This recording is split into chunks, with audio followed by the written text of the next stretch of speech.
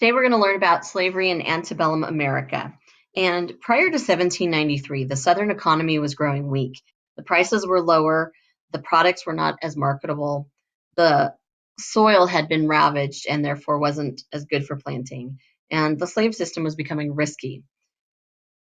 Some leaders, such as Thomas Jefferson, believed that slavery would gradually die off, but it could not be done immediately. And you can see that by his quote here in this letter that he writes, that we have the wolf by the ear, but we can neither hold him nor safely let him go, meaning that we're not going to be able to hold on to slavery forever, but we can't let it go right now. It's going to have to take a while. And he actually freed 10% of his slaves. And then in 1793, we have Eli Whitney's invention of the cotton gin. And this made cotton production much more profitable. In fact, it was 50 times more effective than picking cotton by hand. This resulted in an explosion of slavery. Cotton came to surpass tobacco, rice, and indigo production. And soon we have what is known as the Cotton Kingdom, which developed into a huge agricultural factory. This area was primarily agrarian, and it included the lower Gulf states of Louisiana, Mississippi, and Alabama. Slaves were brought into these new regions to cultivate cotton.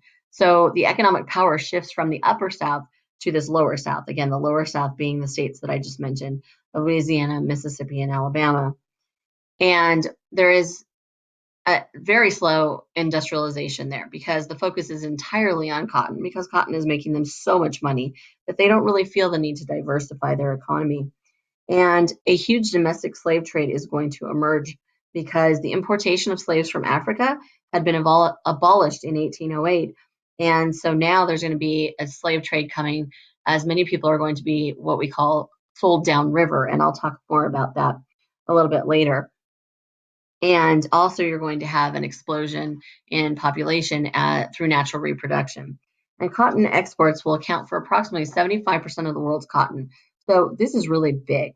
In 1860, we were talking about 5 million bales per year, or 57% of the total U.S. exports that exist. And Britain was heavily dependent on U.S. cotton. In fact, about 80% of their cotton came from there. Southern society, which made up about 40% of the population, consisted of a social hierarchy, with the plantation owners at the top, beneath them white yeoman farmers, who make up the bulk of the people. Those that own slaves are very minimal, and you can see from the graphic below that very few people actually owned more than 5 slaves. There's several that are in the 1 to 4 range, but the vast majority of whites do not even own any kind of slaves. Below them, you would have anybody who was a free Black, and then you'd have enslaved Blacks below that. There are really 3 Souths when you think of the South. The border South are the states of Delaware, Maryland, Kentucky, and Missouri. And these are the ones that are going to ultimately stay in the Union when we get to the Civil War. And slaves make up about 17% of the population. And what you notice is that the farther south you go, the larger the percentage of slaves. And that's because that's where the larger plantations were. The middle South of Virginia, North Carolina, Tennessee, and Arkansas is going to have some industrial production. The one main factory there will be called Tredegar Iron Works in Virginia. And that's going to be a little bit important to allowing the South during the Civil War to have some kind of industrialization. And many plantations in eastern Virginia and western Tennessee. By 1850, about 30% of their population will be slaves. The average person owns 8 slaves, and 36% of the people own slaves, compared to the border states, which were an average of about only 5 slaves, with only about 22% of the population owning slaves. Now, as you go down to the deeper South, which is South Carolina, Florida, Georgia, Alabama, Mississippi, Louisiana, and Texas, so we're talking about more states now, these are along river valleys, and plantations are huge. Cotton is king. They grew about 95% of the South's cotton and almost all of its sugar, rice, and indigo. And by 1850, 47% of the population was enslaved. And the average number of slaves per slaveholder was 12%. And the average number of white families owning slaves was 43%. So as I said, the deeper south you go, The larger the plantations, the more average slaves per plantation owner, as well as the larger percentage of the population owning slaves. The planter aristocracy is basically the wealthy plantation owners who ruled politically and economically over the South. The South was the least democratic region of the country, and there's a huge gap between the rich and the poor. And in fact, much of the population is very poorly educated. The wealthy felt more that they had a relationship with Europe, and if they could afford it, they would send their children to be educated in Europe. The planters carried on the Cavalier tradition of early Virginia, which was reflected in its military academies and the ideas of chivalry that were prevalent throughout the South. And then we have the plantation system, which required a very heavy investment of human capital. And it was still risky because slaves might die of disease, they might injure themselves, or they might run away. And this definitely is a huge investment. This is a one crop economy. There is no diversification of agriculture. There's definitely no manufacturing or very little happening. And Southerners become resentful of the North, who's making huge profits at their expense. They complained about Northern middlemen, bankers, agents, and shippers. They resented being so dependent on Northern manufacturing and markets. They also are very opposed to European immigration. Only about 4% of them are foreign born Americans at that point. Slave labor was far cheaper.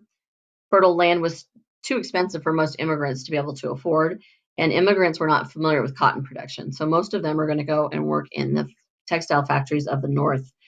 And so the South will be the most Anglo-Saxon region of the nation, meaning German and British ancestry, as you're looking at it. Plantation slavery. There were nearly 4 million slaves by 1860, and that number had quadrupled since 1800. Remember again that the legal import of slaves had ended in 1808, so now we have natural reproduction. And the owners were sometimes rewarded slave women for having a lot of children, although overbreeding was discouraged. White slave owners were often fathered a sizable mulatto population. Remember that mulatto is half black, half white. And so most of these individuals, however, even if they were part of the master's family, were still slaves. And slaves were seen as valuable assets and a primary source of wealth. Slave auctions were one of the aspects of slavery that was prevalent, and they would divide up the families often and to ensure that there weren't uprisings or anything. They wanted them to be focused entirely on work, and so they would take and they might sell the father separate from the mother, and the children might be raised by like grandparents or extended family. And punishment was often brutal in many cases, especially in the lower South. They wanted to intimidate the slaves so that they would not defy their master's authority. And these new areas of Louisiana, Texas, Mississippi, and Alabama became the harshest areas for slaves. So, slave culture is going to develop because there's no education allowed. They're not allowed to read or write. And this slave culture is a term that I'd mentioned going all the way back to the second unit, our time period was fictive kin, which is where the community becomes family. The oral traditions are really important because it's illegal to read and write. And there's a blend of religion where they take some of their religion along with Christianity. And music is also very important.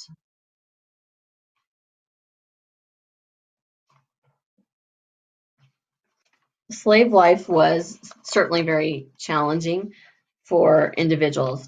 They are not going to have very much time for the families or for any kind of life. Religion will be a little bit important because it kind of gives them this escape that they feel like if they work hard in this world, that in the afterlife they will be free and they will be taken care of.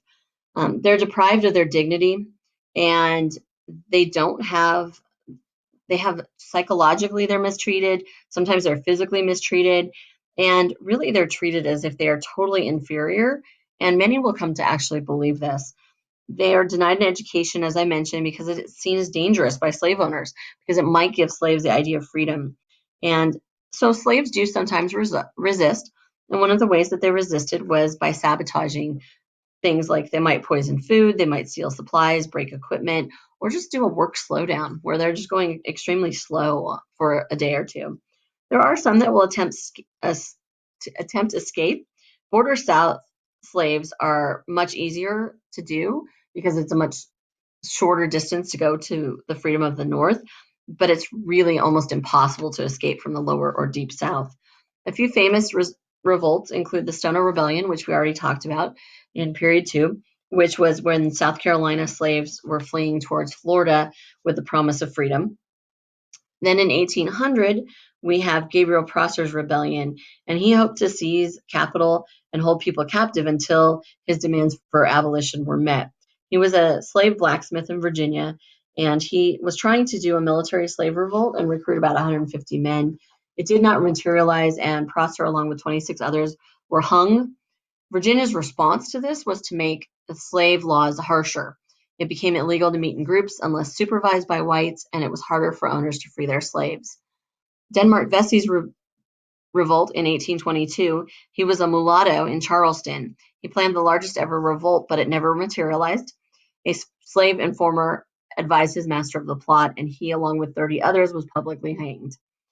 Then Nat Turner's revolt was probably the most significant of the 19th century.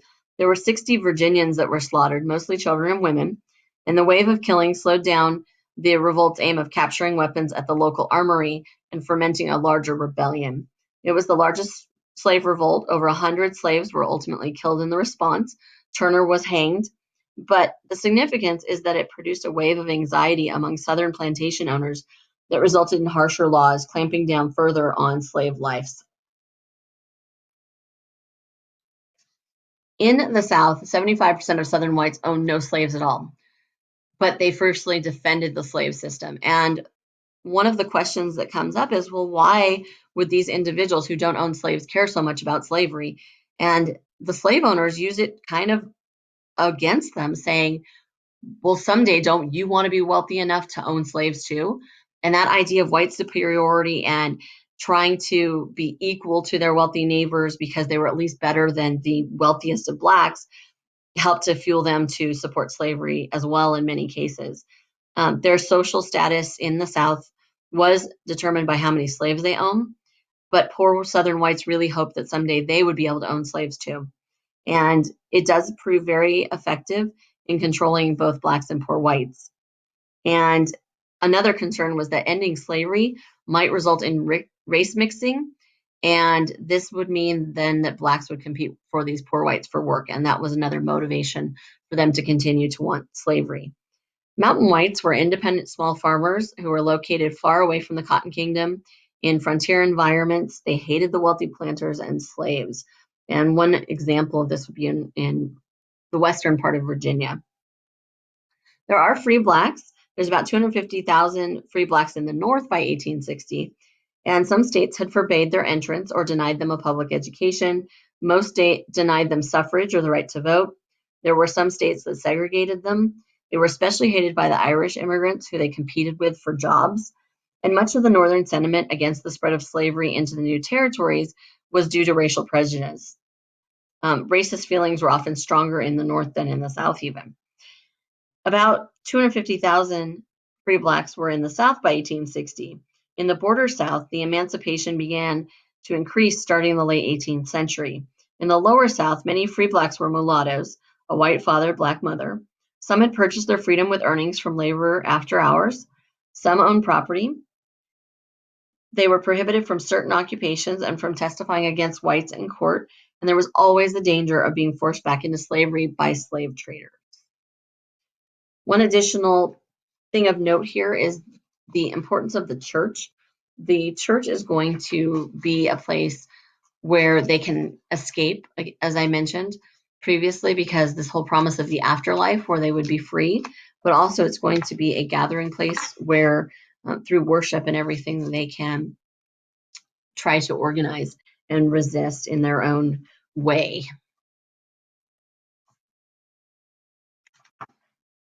One of the important churches will be the African Methodist Episcopal Church, or the AME Church, which is first founded in 1794 by Richard Allen.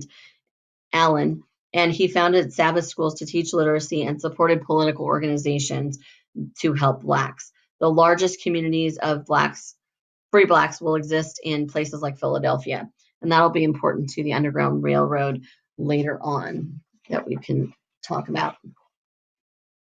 So there are several different views of slavery that we will discuss in class, a few of these individuals as well.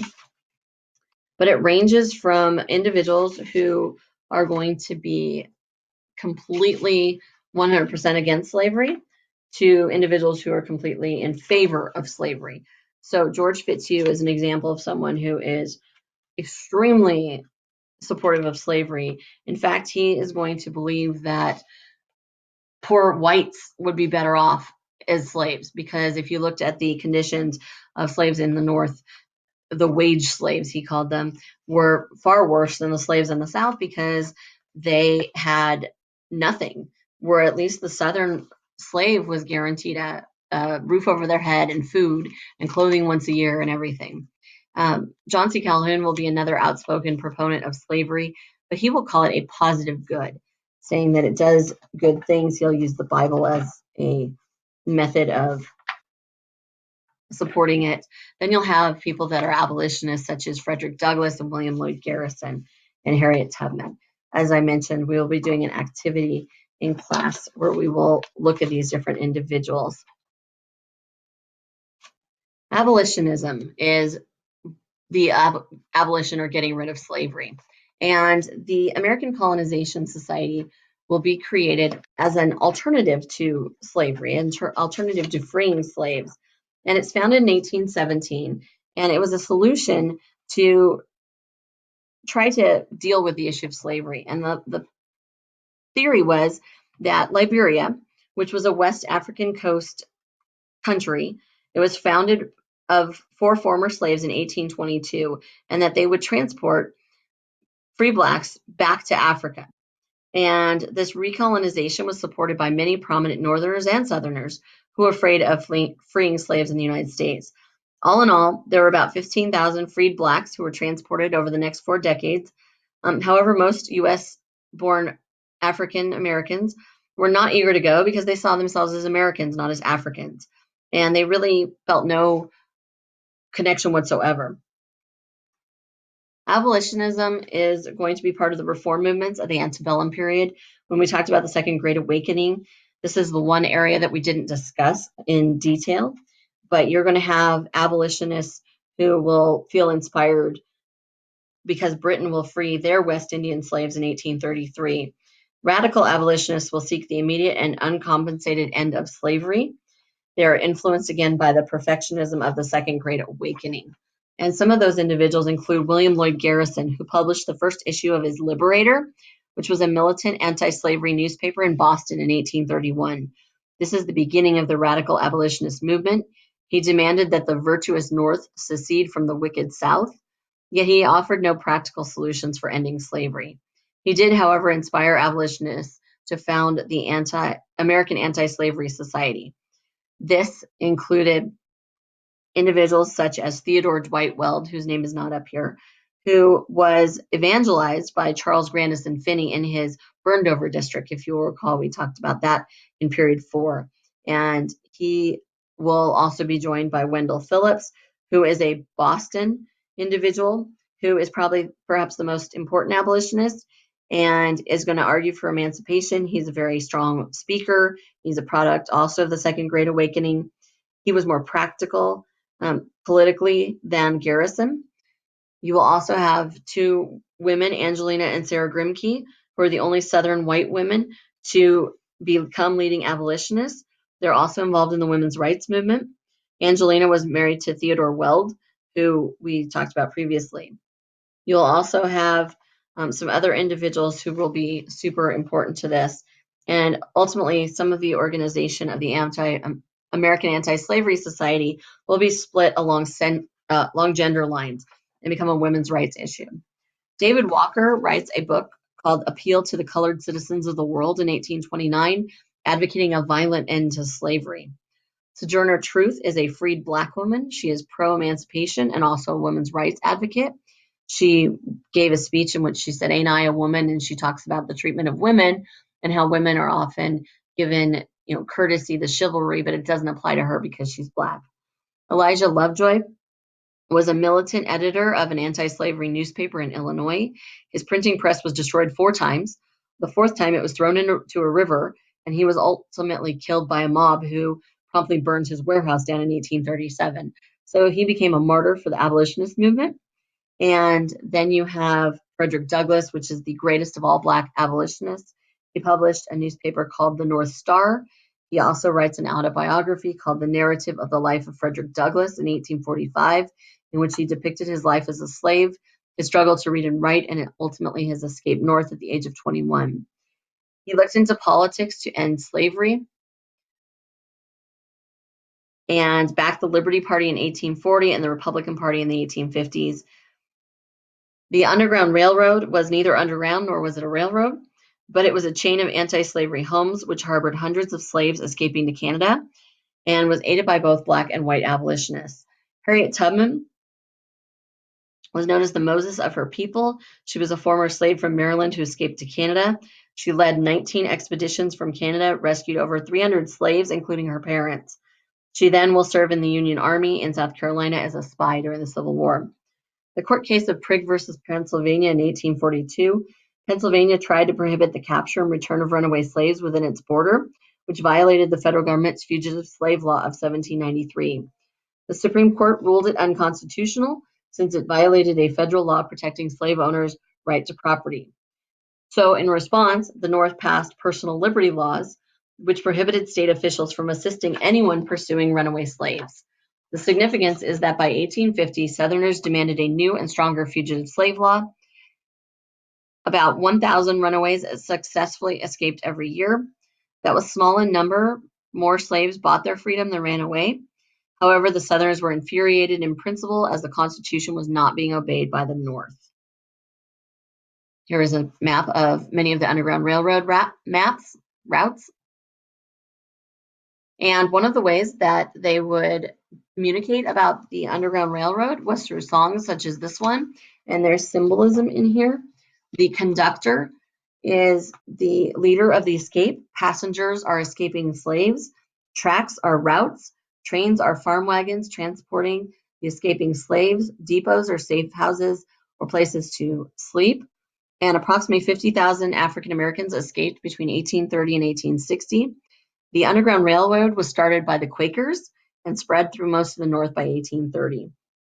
And again, you can see here, these are actual directions. The drinking gourd refers to stars in the sky, and following that and following the river bank and dead trees and talking about where the river ends and everything. And so this was one way to escape.